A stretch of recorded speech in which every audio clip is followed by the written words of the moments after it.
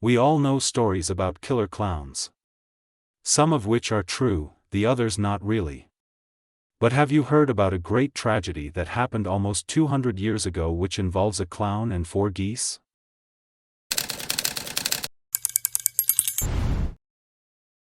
In 1959, the Liverpool Echo recounted a tragic tale that had taken place over a century before. The headline read, "The Goose Ride to Tragedy," and described the incident as the maddest publicity stunt of 1845.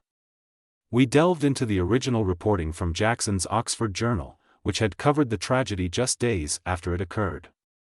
The scene was set in the charming seaside town of Great Yarmouth, located on the east coast of England. On a fateful Friday night in May 1845, a crowd had gathered to witness the spectacle of Mr. Nelson, a clown from William Cook's circus. The flyer promoting the event had promised a harmless display of the clown sitting in a bathtub, being pulled along by 4 geese. The flyer had boasted, "Come one, come all. A merrier man within the limits of becoming mirth. I never spent an hour's talk withal." Shakespeare. But tragedy struck when the suspension bridge collapsed under the weight of the hundreds of spectators gathered to watch the act.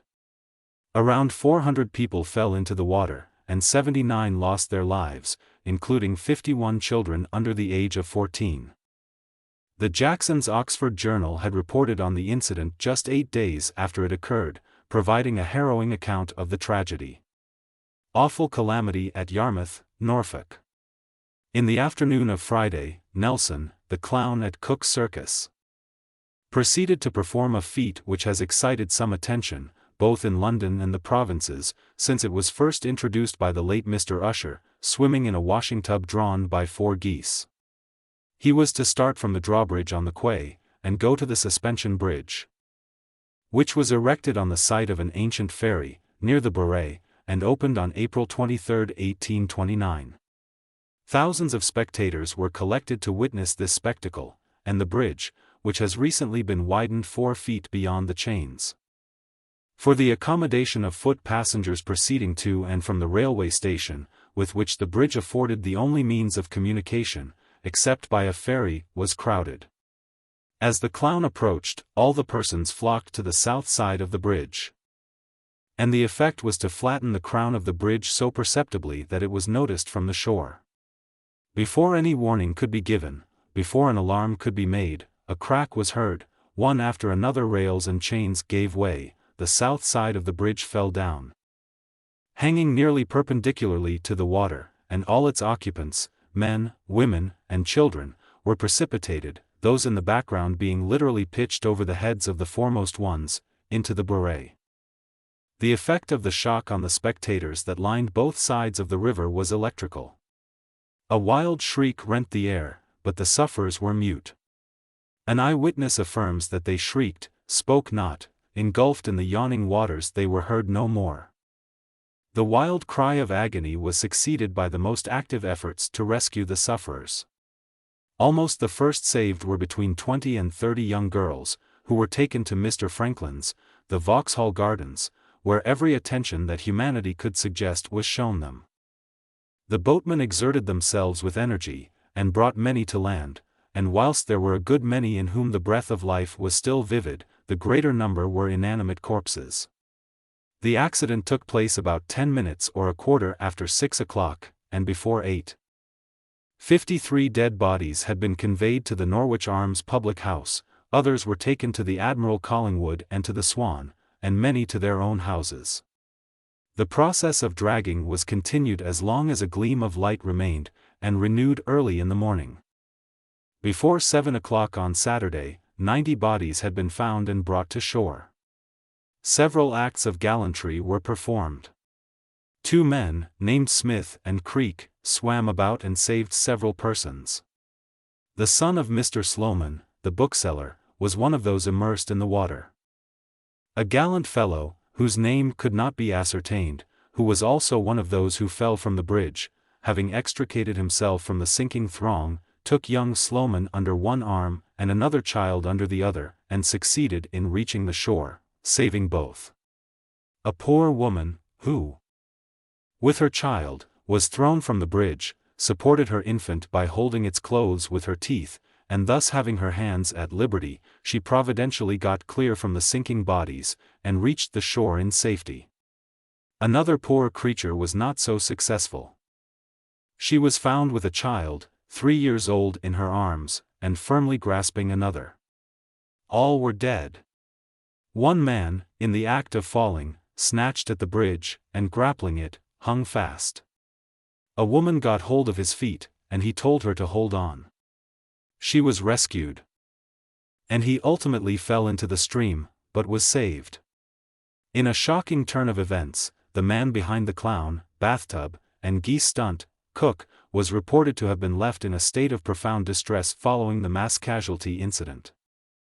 The initial reports suggested that a staggering 94 individuals had lost their lives, sending shockwaves through the community. However, as the dust settled, the official death toll was revised to 79. The newspaper article from 1845 also featured gripping eyewitness accounts that shed light on the harrowing events that unfolded. A youth, named J. B. Thorndike, deposed that he was on the suspension bridge when the accident took place. He stood in the carriageway and in about the center of the bridge. He heard a cracking noise, and observed that one of the connecting links had broken, the ends of the severed link being about 2 inches apart. He did not apprehend any danger from what he saw. There was, however, a sudden rush to the Yarmouth shore. But several persons laughed, and then ran back to their places. To the best of his belief 5 or 10 minutes elapsed between that time and the time when the bridge fell, when he, with others, was immersed in the water. By the foreman. I had been on the bridge about 5 minutes before I heard the crack. It was crowded with people. There were a great many persons upon it, but they were not so thick as I have seen them. I should say they were about 4 deep. The bridge was not half full. Sufficient time elapsed between my first observing the link break and the bridge falling for everyone upon it to have gone off. I saw more persons on the bridge by a good many upon the occasion of the prisoners who were lately accused of what was called the Yarmouth murder returning from Norwich after their acquittal. Over a century had passed since the fateful day when tragedy struck the bridge. But in 1959, the Liverpool Echo unearthed a column that shed new light on the investigation's findings. The cause of the disaster was not just the weight of the crowd that had gathered to watch the clown and geese. No. It was something far more insidious, a welding defect that had gone unnoticed until it was too late. Yet amidst the sorrow and despair, tales of heroism and bravery emerged. One man clung to a piece of iron that had miraculously saved his life, and then went on to rescue 2 young girls who were struggling nearby. A mother, with her child in tow, fought against the raging current and paddled to safety.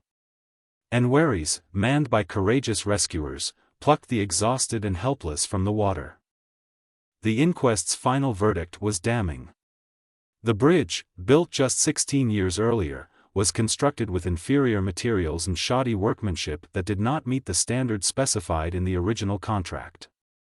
The story of Cook, the enigmatic circus owner, and Nelson, his beloved clown, remains shrouded in mystery.